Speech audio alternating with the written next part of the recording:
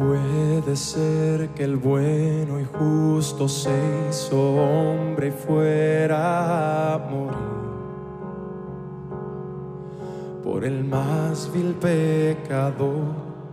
Como siendo yo su enemigo, el sufrimiento en mi lugar tomó en aquella cruz y cargó mi maldad sobre él.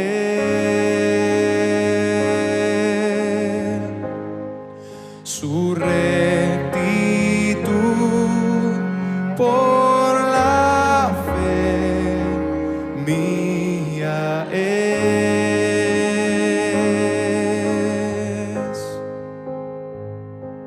Aleluya, glorioso intercambio, oh cuán gran misterio, que por gracia salvo soy. Aleluya, gloria sea a Cristo por su sacrificio, declarado justo soy en él.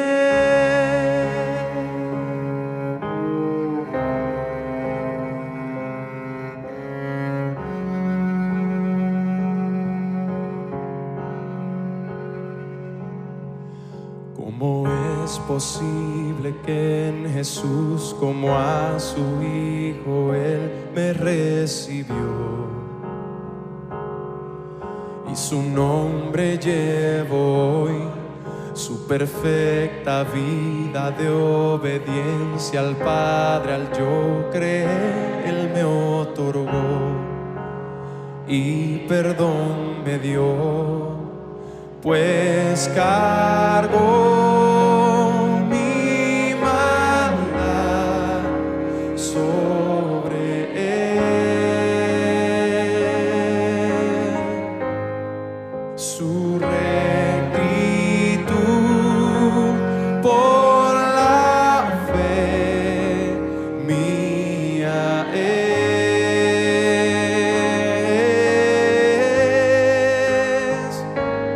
Aleluya, glorioso intercambio, oh cuán gran misterio, que por gracia salvo soy. Aleluya, gloria sea a Cristo por su sacrificio, declarado justo soy. Aleluya, glorioso intercambio, oh cuán gran misterio, que por gracia salvo soy. Aleluya, gloria sea a Cristo por su sacrificio, declarado justo soy en él. Oh, oh, oh, declarado justo soy en él.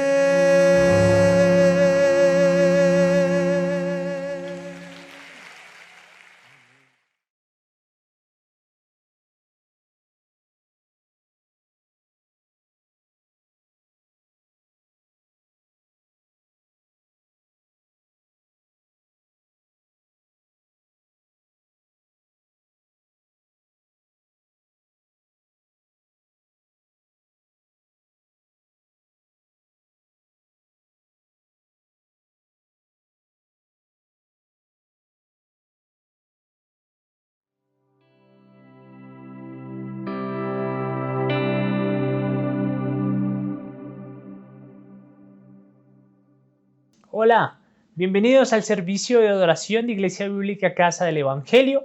Yo soy el pastor John Montaña y estoy aquí para guiarlos en este tiempo de adoración y de exposición de la palabra de Dios. Para iniciar, quisiera leer un pasaje que se encuentra en el Salmo 107, versículo 1, y dice de la siguiente manera: Den gracias al Señor porque Él es bueno, porque para siempre es su misericordia. El día martes, en nuestro tiempo de oración, estuvimos hablando un poco acerca de los atributos de Dios, especialmente de la bondad de Dios. Y cuando hablamos de la bondad de Dios, necesariamente tenemos que hablar también de su misericordia y de su gracia. Y bueno, en respuesta a lo que este salmo nos invita a hacer, yo les invito a que juntos le demos gracias a Dios porque Él es bueno, porque para siempre es su misericordia y por supuesto porque su gracia está sobre nosotros. Cantemos juntos: La gracia sobreabundó.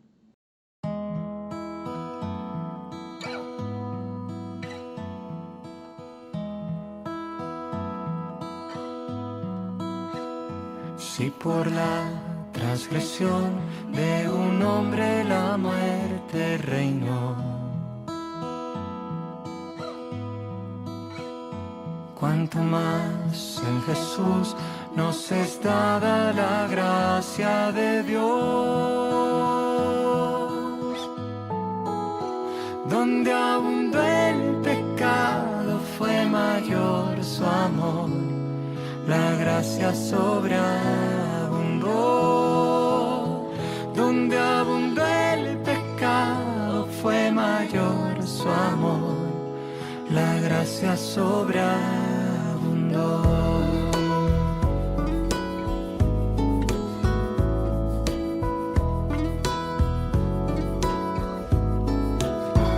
Si por la transgresión de un hombre la muerte reinó, por la transgresión de un hombre la muerte reinó, cuanto más en Jesús nos es dada la gracia de Dios. En Jesús nos es dada la gracia. Donde abundó el pecado fue mayor su amor, la gracia sobreabundó. Donde abundó el pecado fue mayor su amor, la gracia sobreabundó.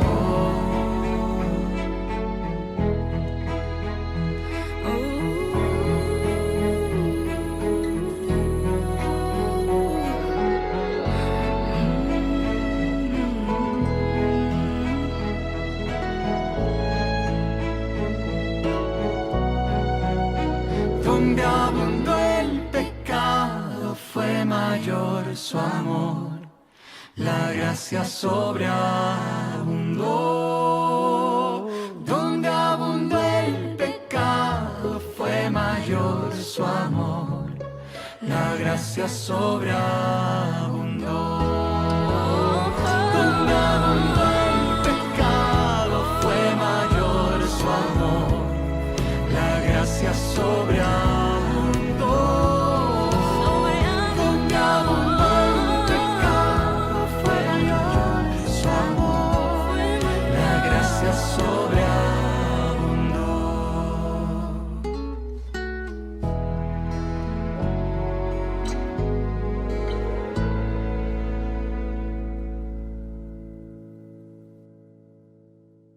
El Salmo 63, versículo 1, dice así: Oh Dios, tú eres mi Dios, te buscaré con afán, mi alma tiene sed de ti, mi carne te anhela cual tierra seca y árida donde no hay agua.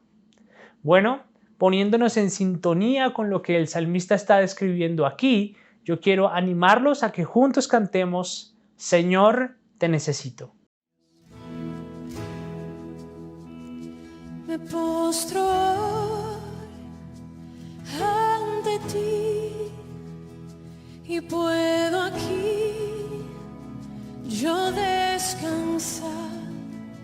Sin ti, Señor, deshecho estoy, mi corazón tú guiarás.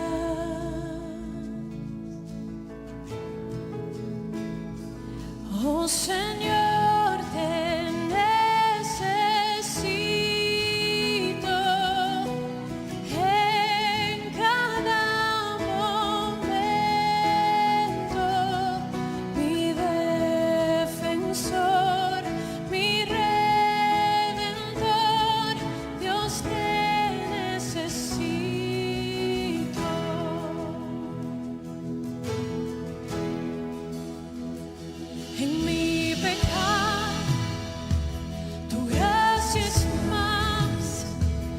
¿Dónde estás tú?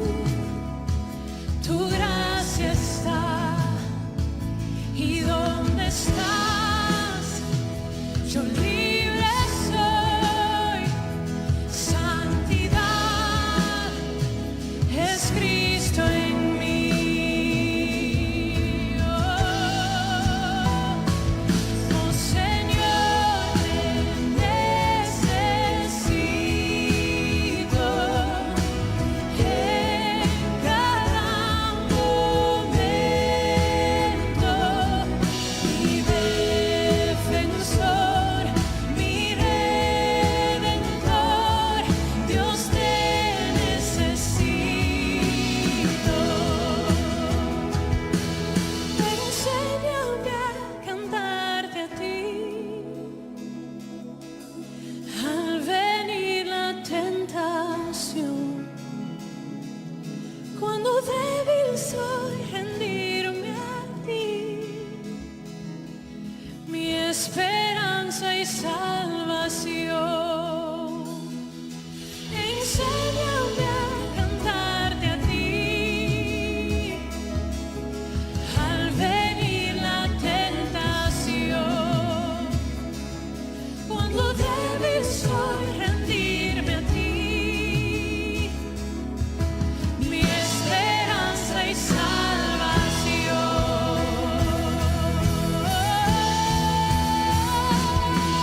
Señor, te necesito en cada momento. Mi defensor, mi redentor, Dios te necesito. Te necesito en cada momento.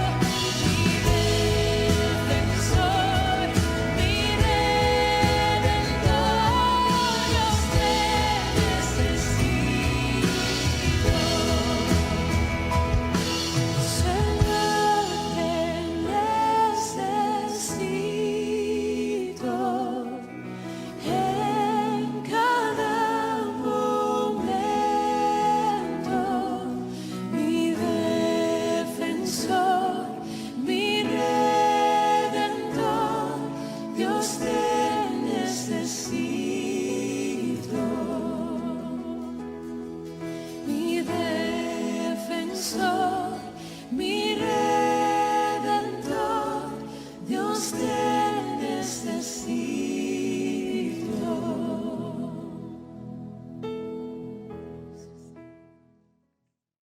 Bueno, espero que juntos hayamos podido exaltar al Señor por su gracia derramada sobre nosotros y también que le hayamos podido expresar esa necesidad, esa sed que tenemos de Él.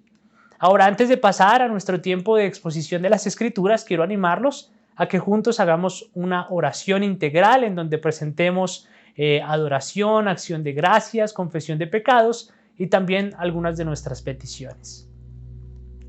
Señor, hoy delante de ti queremos presentar nuestra vida y queremos exaltarte, Señor, porque tú eres un Dios bueno, como lo aprendíamos el día martes y como lo acabamos de cantar hace un instante. Tú eres bueno, Señor, y el hecho de que podamos presentarnos delante de ti un domingo sin ser consumidos por tu santidad es porque tú has sido bueno. Y la mayor muestra de esa bondad hacia nosotros la encontramos en la cruz. La mayor muestra de que tú has sido bueno, de que has sido misericordioso, de que nos has dado de tu gracia, es cuando vemos a Cristo. Allí podemos ver todo el esplendor de tu bondad, de tu misericordia, de tu gracia hacia nosotros. Por gracia hemos sido salvados, por gracia hemos sido llamados. Y por eso, Señor, estamos aquí en esta mañana para exaltarte, porque tú eres bueno. Y te queremos dar gracias porque nos deleitamos, Señor, en esa bondad. Nos beneficiamos de esa bondad. ¿Qué sería de nosotros sin tu bondad hacia tu pueblo, hacia tu iglesia? Al mismo tiempo, Señor, queremos pedirte perdón, porque muchas veces no te anhelamos como se debería.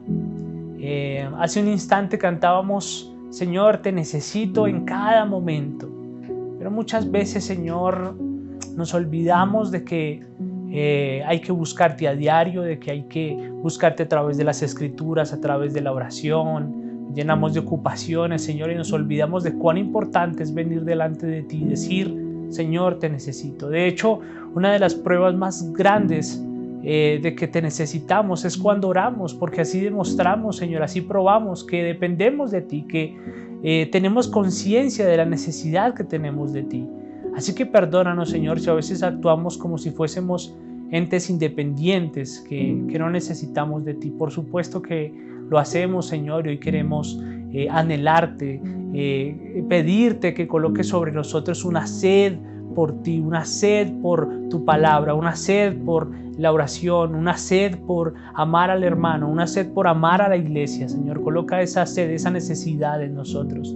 Y te pedimos todo esto en el nombre de Cristo Jesús. Amén y amén.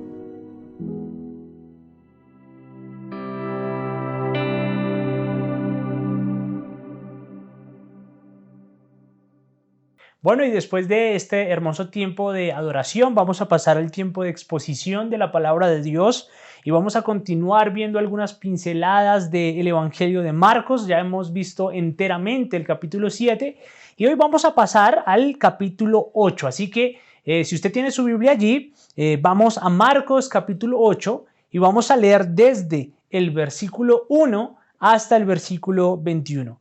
Marcos 8, 1 al 21. Y dice así la palabra del Señor.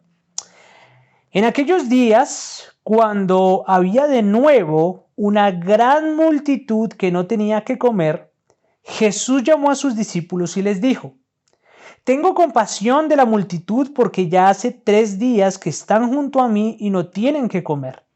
Y si los despido sin comer a sus casas, desfallecerán en el camino, pues algunos de ellos han venido de lejos.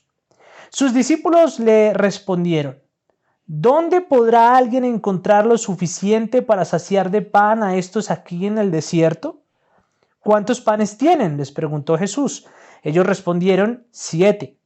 Entonces mandó a la multitud que se recostara en el suelo, y tomando los 7 panes, después de dar gracias, los partió y los iba dando a sus discípulos para que los pusieran delante de la gente.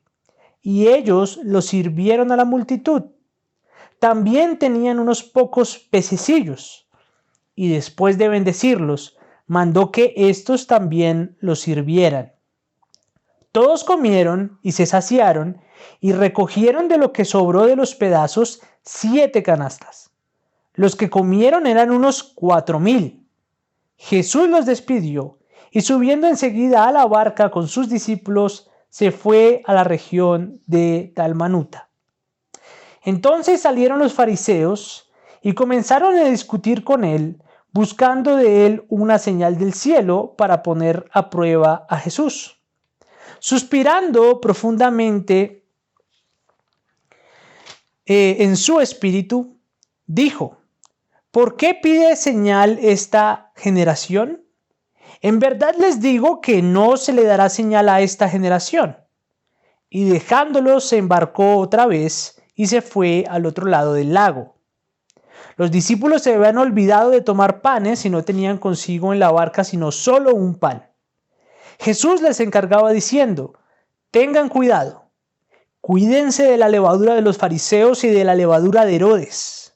Y ellos discutían entre sí que no tenían panes. Dándose cuenta, Jesús les dijo: ¿Por qué discuten que no tienen panes? ¿Aún no comprenden ni entienden? ¿Tienen el corazón endurecido? ¿Teniendo ojos no ven y teniendo oídos no oyen? ¿No recuerdan cuando partí los 5 panes entre los 5,000? ¿Cuántas cestas llenas de pedazos recogieron? 12 le respondieron. Y cuando partí los 7 panes entre los 4,000, ¿cuántas canastas llenas de los pedazos recogieron? 7 le dijeron. Entonces les dijo: ¿Aún no entienden? Vamos a hacer una breve oración antes de la exposición. Señor, hoy queremos darte las gracias por este pasaje. Reconocemos que nos encontramos ante tu palabra inspirada y reconocemos también que tú hablas a nuestra vida a través de este pasaje. Tú tienes algo que decirnos a nosotros esta mañana, Señor. Tú quieres comunicarnos algo a través de esta sección del Evangelio de Marcos. Y antes de iniciar, yo quiero pedirte en primer lugar que nos des concentración para ser receptivos a este mensaje, que nos des humildad para aceptar lo que esté mal en nosotros y al mismo tiempo que coloques una necesidad del Evangelio para poder entender y aplicar a nuestras vidas lo que tú quieras hablarnos en esta mañana. Te pedimos esto en el nombre de Cristo Jesús. Amén y amén. Yo he titulado este mensaje La ceguera. En una oportunidad, un hombre llamado Daniel Kahneman, que ganó un premio Nobel en economía, escribió lo siguiente: podemos estar ciegos para lo evidente y ciegos además para nuestra ceguera. Una de las cosas que más me gusta de esta frase de Kahneman es que reconoce la capacidad que tenemos para permanecer ciegos ante lo que se nos presenta de manera evidente. En otras palabras, hay ciertas cosas, ciertas experiencias que pasan frente a nuestros ojos y por alguna razón no las vemos. Por llevarlo al terreno de lo simple, ¿cuántas veces usted se ha visto buscando algo que ya tiene en la mano? En una ocasión a mí me pasó que yo estaba buscando mis gafas y luego me di cuenta de que ya las tenía puestas. Entonces note cómo los seres humanos, aún en el terreno de lo simple, nos solemos cegar ante lo evidente. No vemos ciertas cosas que están frente a nosotros, o como lo dijo Kahneman, podemos estar ciegos para lo evidente. Ahora, algo similar ocurre con los personajes que encontramos en este pasaje. En múltiples ocasiones, Marcos ha registrado en su evangelio varias señales o varios milagros. Y tanto esas señales como esos milagros dan evidencia de que Cristo es el Hijo de Dios. Sin embargo, aunque los fariseos y los mismos discípulos han visto esas señales, ellos parece que no reconocen todavía a Jesús como el Mesías, o por lo menos no lo reconocen tan claramente, aún no entienden con mucha precisión quién es Él. En otras palabras, ellos están ciegos espiritualmente. Y yo creo que el objetivo de Marcos con este pasaje es advertir a su audiencia sobre la ceguera espiritual. Así que, basado en eso, mi mensaje para ustedes en esta mañana es el siguiente: cuidado con la ceguera espiritual. Cuidado con la ceguera espiritual. Ahora, si nosotros vamos a tener cuidado de la ceguera espiritual, necesitamos saber, en primer lugar, que la ceguera espiritual puede estar a nuestro alrededor. Ese es nuestro primer encabezado. La ceguera espiritual puede estar a nuestro alrededor. Les animo a que leamos una vez más los versículos 11 al 13. Dice así: entonces salieron los fariseos y comenzaron a discutir con él, buscando de él una señal del cielo para poner a prueba a Jesús. Suspirando profundamente en su espíritu, dijo: ¿por qué pide señal esta generación? En verdad les digo que no se le dará señal a esta generación. Y dejándolos, se embarcó otra vez y se fue al otro lado del lago. Después de que Jesús hace un segundo milagro de multiplicación de alimentos, él se sube a una barca con sus discípulos y viaja hacia una región que se describe aquí como la región de Dalmanuta. Cuando ellos llegan allá, un grupo de fariseos comienza a discutir con Jesús. Ellos empiezan a exigirle a Cristo una señal del cielo. Muy seguramente ellos querían ver un milagro que certificara la identidad mesiánica de Cristo, la identidad mesiánica de Jesús. Ahora, ante esta demanda por parte de los fariseos, uno tiene que preguntarse cuántas señales más necesitaban. Desde que inicia el Evangelio de Marcos, lo único que nosotros vemos son señales y milagros que respaldan la identidad mesiánica de Jesús. El Señor ha sanado enfermos, ha liberado endemoniados, ha resucitado personas, ha sanado y tocado a los impuros, y sin embargo, aquí tenemos a estos personajes pidiéndole una señal.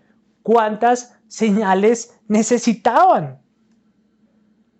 Y todo esto que está sucediendo aquí lo están escuchando los discípulos. La ceguera espiritual estaba a su alrededor. Ahora bien, la reacción de Jesús es muy interesante. El verso 12 dice que Jesús suspira profundamente. Y lo que esa frase comunica en el griego original es que Jesús suspira molesto. Él está empezando a perder la paciencia con los fariseos. Ya lo están llevando al límite. Estos hombres habían despreciado sus milagros y en un punto del evangelio hasta llegaron a asegurar que Jesús expulsaba demonios por el príncipe de los demonios. Y ahora están aquí de una forma muy descarada exigiéndole señales. Así que Jesús suspira profundo. Es como cuando usted de pronto está molesto y toma aire y hace que ya lo están llevando al límite. Bueno, el Señor estaba así en este momento. Y ante esa exigencia que los fariseos le hacen, esa exigencia que fue bastante violenta, pues Jesús es muy contundente. No solamente suspira molesto, sino que les dice, yo no les voy a mostrar nada. Esta generación no va a ver señal. Él ya había mostrado lo que tenía que mostrar y ellos no lo vieron. Estaban ciegos y además de eso, con el corazón endurecido. En una ocasión yo escuché la historia de una mujer que durante mucho tiempo estuvo predicándole el evangelio a un amigo que no era cristiano. Y cada vez que ella le predicaba el evangelio, en vez de arrepentirse y creer, su amigo siempre le respondía con un no me interesa. Déjalo así, muchas gracias. En una oportunidad, ella se animó a preguntarle, oye, ¿qué es lo que tú necesitas para volverte a Cristo? Yo ya te prediqué el evangelio, te prediqué las buenas nuevas. ¿Qué es lo que esperas para volverte a Jesús? Y la respuesta de su amigo fue, yo tendría que ver a Jesús haciendo un milagro con mis propios ojos. Bueno, ese pensamiento es muy popular en nuestro entorno. A nuestro alrededor hay mucha ceguera espiritual. Nosotros podemos tener familiares, amigos, compañeros de universidad, de colegio, de trabajo, que aunque escuchan el evangelio, no les es suficiente. Ellos piden señales o piden pruebas como una condición para creer, así como lo hacían los fariseos. El problema con eso es que hay muy pocas posibilidades de que ellos vean esas señales. La mayor señal o el mayor milagro que les revela la identidad de Jesús ya sucedió. Y eso no es otra cosa sino el mismo evangelio. Amigos, aunque Jesús se negó a dar una señal del cielo a los fariseos, más adelante, tiempo después, él realizó otro milagro.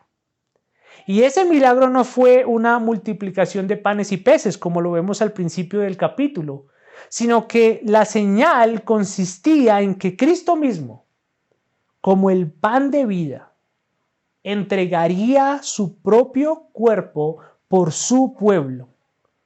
Y no solo eso, él mismo, como milagro del cielo, resucitaría de entre los muertos, mostrando así que él es el Hijo de Dios. Lo que trato de decir es esto: el evangelio es la mayor señal del cielo que nos revela quién es Cristo. El evangelio es la mayor señal del cielo que nos revela quién es Cristo. Así que escucha muy bien. Quizás en el camino de compartir el evangelio con una persona, te vas a encontrar con gente que está esperando una señal rimbombante para volverse hacia Jesús. De pronto están esperando un milagro, o de pronto están esperando que Dios les hable a través de un sueño o que conteste una señal que ellos mismos han puesto, pero es posible o casi seguro que ellos nunca vean esa señal. La señal que ellos necesitan ver para comprobar que Jesús es el Hijo de Dios ya fue dada, y esa señal se encuentra en el glorioso evangelio. Así que cuando nos encontremos con una persona, con un familiar que quizás está pidiendo algo más allá del evangelio, siempre apuntemos al evangelio. La señal que ellos piden ya fue dada y la encuentran en las buenas nuevas de salvación. Así que no se desanimen, persistan en el mensaje del evangelio. En segundo lugar, además de existir en nuestro entorno, la ceguera espiritual también puede estar en nuestro interior. Además de estar en nuestro entorno, la ceguera espiritual puede estar en nuestro interior. Ese es nuestro segundo encabezado. Y hay dos cosas que a mí me gustaría resaltar en este punto. En primer lugar, yo quiero invitarlos a que ustedes vean la actitud que tienen los discípulos cuando Jesús siente compasión por la gente, porque Él no quiere que ellos se vayan sin comer. Observe los versículos 3 al 4.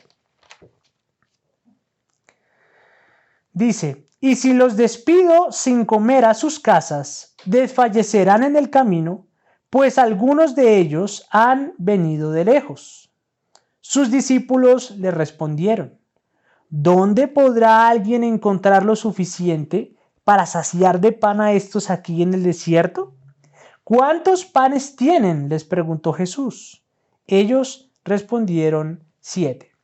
Bueno, ahí leí un poquito más, leí el versículo 5, pero lo que quiero que noten es que en anteriores ocasiones, especialmente en el capítulo 6, los discípulos ya habían visto a Jesús alimentando a una multitud de más de 5,000 personas. Y ahora ellos se encuentran en una situación parecida. Ellos estaban frente a 4,000 personas que posiblemente no eran judías, y Jesús tuvo compasión de ellos. Entonces Jesús se pregunta: ¿qué hacemos con estas personas? Porque no quiero enviarlos sin alimento. Bueno, lo normal hubiese sido que los discípulos dijeran: Maestro, tenemos 7 panes, tenemos algunos pececillos, ¿por qué no multiplicas el alimento como lo hiciste la última vez con la multitud de 5,000? ¿Por qué no haces algo como eso? No obstante, observe lo que ellos dicen. Ellos están preguntándose: ¿dónde podrá alguien encontrar lo suficiente para saciar de pan a estos aquí en el desierto? Es increíble, ¿no les parece? Evidentemente, esa pregunta de los discípulos nos muestra que algo no andaba bien. Que ellos hubiesen presenciado la alimentación de los 5,000 y ahora no le pidan a Cristo que realice una nueva multiplicación, nos muestra que ellos no están viendo con claridad. De hecho, si ustedes lo recuerdan en anteriores ocasiones, Marcos ya nos había mencionado que ellos no habían entendido el milagro de la multiplicación porque su corazón estaba ¿cómo? Embotado, estaba endurecido.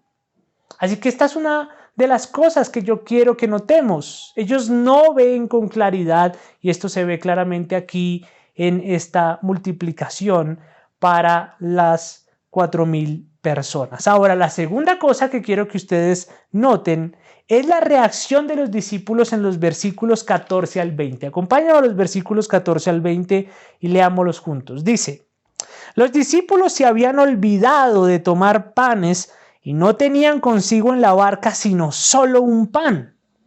Jesús les encargaba diciendo: tengan cuidado, cuídense de la levadura de los fariseos y de la levadura de Herodes. Y ellos discutían entre sí que no tenían panes. Dándose cuenta, Jesús les dijo: ¿por qué discuten que no tienen panes? ¿Aún no comprenden ni entienden? ¿Tienen el corazón endurecido? ¿Teniendo ojos no ven y teniendo oídos no oyen? ¿No recuerdan cuando partí los 5 panes entre los 5,000? ¿Cuántas cestas llenas de pedazos recogieron? 12, le respondieron. ¿Y cuando partí los 7 panes entre los 4,000? ¿Cuántas canastas llenas de los pedazos recogieron? 7, le dijeron. Entonces les dijo: ¿aún no entienden? Después del encontrón que Jesús tiene con los fariseos, en el cual nos enfocamos en el primer punto, Jesús y sus discípulos, después de ese encontrón, navegan nuevamente. En ese momento, Jesús les hace una advertencia muy importante a sus discípulos. Él les dice: tengan cuidado, cuídense de la levadura de los fariseos y de Herodes. Ahora, de acuerdo con las palabras de Cristo, ellos tienen que tener cuidado de algo, y es de la levadura. De la levadura. Y como podemos ver, el texto no explica a qué se refiere Jesús con ese término. Sin embargo, por el contexto del pasaje y por lo que se ha dicho de los fariseos y de Herodes a lo largo del Evangelio de Marcos, es posible que la levadura haga referencia a la incredulidad, a la ceguera y a la dureza de corazón de estas personas hacia Cristo. Ni Herodes ni los fariseos reconocieron a Jesús como el Hijo de Dios, aunque ellos vieron y escucharon de sus milagros. Ahora, en medio de esa advertencia tan importante, ¿qué están haciendo los discípulos? ¿Qué están diciendo? Bueno, ellos están actuando de forma necia. Ellos están discutiendo porque de las 7 canastas de pan que sobraron en el milagro de la multiplicación no trajeron ninguna. Tienen hambre y solo hay un pan para comer. Y están discutiendo por eso. Aun cuando tienen frente a ellos a aquel Señor Todopoderoso que multiplicó los panes y los peces, ellos solo discuten y discuten porque solo hay un pan para todos. Increíble. Es increíble. Amigos, estas dos cosas nos demuestran claramente que algo no estaba bien con los discípulos. Ellos estuvieron solo un momentico frente a los alegatos de los fariseos y ya estaban actuando como ellos. Ya estaban actuando con ceguera, con incredulidad. Habían visto señales maravillosas frente a sus ojos y ahora estaban actuando como si no hubiesen visto nada. Por eso es que el Señor en el versículo 17 hasta el 21 les dice: ¿ustedes no entienden? ¿Teniendo ojos no ven? ¿Teniendo oídos no oyen? ¿Cuántas canastas recogieron? ¿Qué es lo que les sucede? ¿No entienden? Lamentablemente, La ceguera espiritual no solamente estaba en el entorno de los discípulos, también estaba en su interior. Ellos tampoco podían ver a Cristo con claridad. Y eso, por supuesto, es muy triste. Para ese momento los discípulos se estaban comportando igual que los fariseos. Es lamentable. Iglesia, nosotros debemos evaluar si en algún sentido la ceguera espiritual que abunda a nuestro alrededor también está tomando lugar en nuestro propio corazón. Cuando nosotros pasamos demasiado tiempo con personas cínicas, empezamos a hablar con cinismo. Cuando pasamos demasiado tiempo con personas conflictivas, nos volvemos conflictivos. Cuando pasamos demasiado tiempo escuchando a los que se quejan, nos volvemos quejambrosos. Y cuando nos juntamos con personas que llevan una vida en donde Cristo no tiene cabida, empezamos a ver la vida de la misma manera. Nosotros estamos expuestos a todo tipo de levadura. Y la advertencia de Jesús para nosotros con este texto es: cuidado, cuidado. Nosotros no somos ajenos a contaminarnos con el pecado. Podemos contaminarnos con el pecado. Podemos empezar a comportarnos igual que otros si no tenemos cuidado. Y es interesante que Jesús les pregunta: ¿ustedes tienen ojos y no ven, y teniendo oídos no oyen? Y eso suena como una referencia a un pasaje de Isaías capítulo 6, versículos 9 y 10. Y ese pasaje, esa cita, Jesús ya la había usado anteriormente en el capítulo 4:12. Y él usó esa cita para referirse a aquellas personas a las que no se le habían revelado los misterios del reino. Así que cuando Jesús usa esa cita para hablar con sus discípulos, es como si en ese momento él no viera mucha diferencia entre el comportamiento de sus discípulos y el comportamiento de los fariseos. Qué confrontante. Es triste ver cuando alguien mira a su alrededor y no puede notar la diferencia entre un incrédulo y un creyente. Es realmente confrontante. Debemos tener cuidado. Así que evaluémonos. Yo quiero animarte a que te preguntes: ¿tú te estás comportando con Cristo de la misma forma en como una persona no creyente se relaciona con Cristo? ¿Cómo está tu relación con Cristo? ¿Hay alguna diferencia? ¿Cómo te estás comportando? ¿Hay algún tipo de incredulidad en tu corazón hacia lo que Jesús ha hecho? Los fariseos vinieron con incredulidad. Los discípulos estaban actuando con incredulidad. ¿Cómo está tu corazón? ¿Hay incredulidad en ti? ¿Dudas de que Cristo esté obrando milagrosamente en tu vida? ¿Cómo actúas tú en los momentos difíciles? ¿Actúas con fe o te pones a discutir como lo estaban haciendo los discípulos en este pasaje? Amigos, debemos tener cuidado con la levadura. Y si tú no eres creyente, tú debes saber que necesitas a Cristo. Porque quizás esa levadura que hay en tu corazón no te permite reconocer quién es Él. Así que ya seas cristiano o no, tú necesitas tener cuidado de la levadura. La levadura no nos permite ver y entender a Cristo con claridad. Tengan cuidado con la ceguera espiritual. Evalúense a la luz de la Escritura. Con respecto a esto, un teólogo que ya falleció, cuyo nombre era R.C. Sproul, dijo lo siguiente alguna vez: todos necesitamos examinarnos a nosotros mismos a la luz de la palabra de Dios, para estar seguros de que la levadura mortal de los fariseos no está obrando en nosotros, cegándonos a la luz y haciéndonos sordos a la palabra vivificante. Amigos de Iglesia Bíblica Casa del Evangelio, examinemos nuestros corazones y tengamos cuidado de la levadura de la incredulidad. Tengamos cuidado con la ceguera espiritual. Oremos. Señor, hoy venimos delante de ti completamente confrontados, Señor, porque es difícil ver cuando, como creyentes, nos comportamos de una forma necia. O es difícil también reconocer cuando tu palabra nos da suficientes evidencias para identificarnos a nosotros mismos como inconversos o como no creyentes.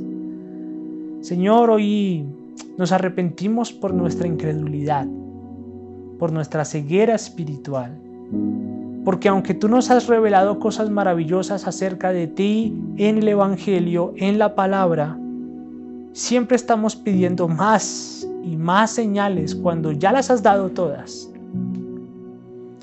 Y actuamos de manera necia, actuamos de manera imprudente, discutimos entre nosotros como si tú no hubieses obrado nunca, Señor, y nos olvidamos de quién está en medio de nosotros. En medio de ellos, mientras discutían por un pedazo de pan, ellos tenían a Jesús, el pan de vida. Y lo mismo nos sucede muchas veces a nosotros. Cuando vienen las difíciles circunstancias y empezamos a discutir porque no tenemos lo suficiente, somos ciegos y nos olvidamos que frente a nosotros está el pan de vida, nuestro proveedor, nuestro sustentador, nuestro salvador. Porque a eso nos apunta el hecho de que tú seas el pan de vida. Tú eres aquel que murió y resucitó para darnos vida eterna. Y tu cuerpo es ese pan que se parte por nosotros como señal de un nuevo pacto. Así que perdónanos, Señor, por nuestra ceguera espiritual, perdona nuestra necedad y ayúdanos a tener cuidado de esta ceguera espiritual. En el nombre de Cristo Jesús, amén y amén.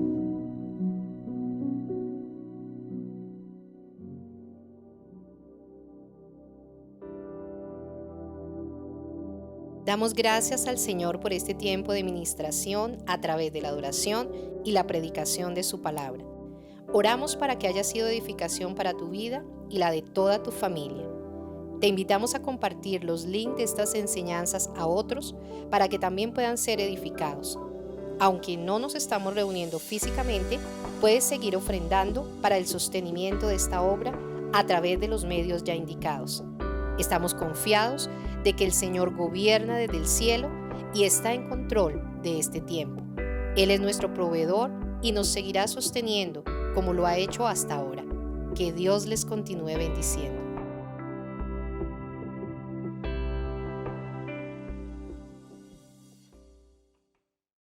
Bueno, espero que este mensaje haya sido de bendición para ustedes y que no solamente les haya confrontado, sino también animado a buscar a Cristo, a desear verlo con más claridad y que, bueno, sea el Señor ayudándonos a luchar con nuestra propia incredulidad. En este momento no tengo anuncios de felicitación de cumpleaños, pero bueno, quiero enviarles un saludo especial a todos. Si hay alguien que está de cumpleaños y lo hemos omitido en este momento, pues le pedimos disculpas de todo corazón. Pero bueno, ya saben, el próximo martes tenemos nuestro tiempo de oración y también pues dentro de 8 días nos estaremos reuniendo nuevamente para escuchar la palabra de Dios predicada. Que el Señor les bendiga y les mandamos un abrazo gigante.